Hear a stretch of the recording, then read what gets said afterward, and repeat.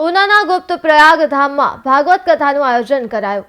રામાપીરની જગ્યામાં કથાનું આયોજન કરાયું, જ્યાં 25 નવેમ્બર સુધી કથાનું આયોજન કરવામાં આવ્યું છે। દેવાંગ બાપુએ કથાનું રસપાન કરાવ્યું તો બહોળી સંખ્યામાં ભક્તોએ ભોજન પ્રસાદનો લાભ લીધો। 1008 મહામંડલેશ્વર ગોરધન બાપા હાજર રહ્યા હતા। ચાપરડા ગામના મુક્તાનંદ મહારાજ હાજર રહ્યા અને આ કથામાં ભગવાનની કૃતિઓ અલગ અલગ રીતે ભજવવામાં આવી હતી।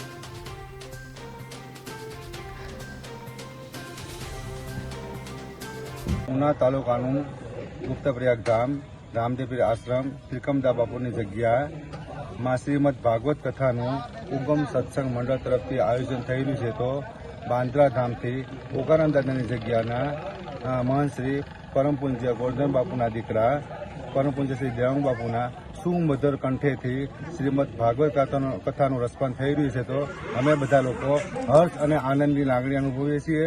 જય ગુરુદેવ, જય ઉકારામ દાદા। ગુપ્તા પ્રયાગ મુકામે શ્રી રામાપીર સેવા આશ્રમ માં ભાગવત સપ્તાહ તારીખ 18/11 થી તારીખ 25/11 સુધી શ્રી દેવાંગ બાપુની ભાગવત સપ્તાહ આયોજન કરેલ છે।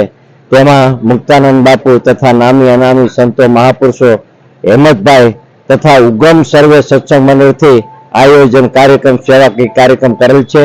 તે બદલ સદગુરુ ઉગારામ દાદા આનંદમાં રાખે, સુખી રહ્યો અને ત્રિકમદાસ બાપુ કાયમિકના માટે એમની પણ પ્રેરણા વસ્તી રહે એવા દાદા આગળ પ્રાર્થના। જય ગુરુદેવ, શુભાશીષ।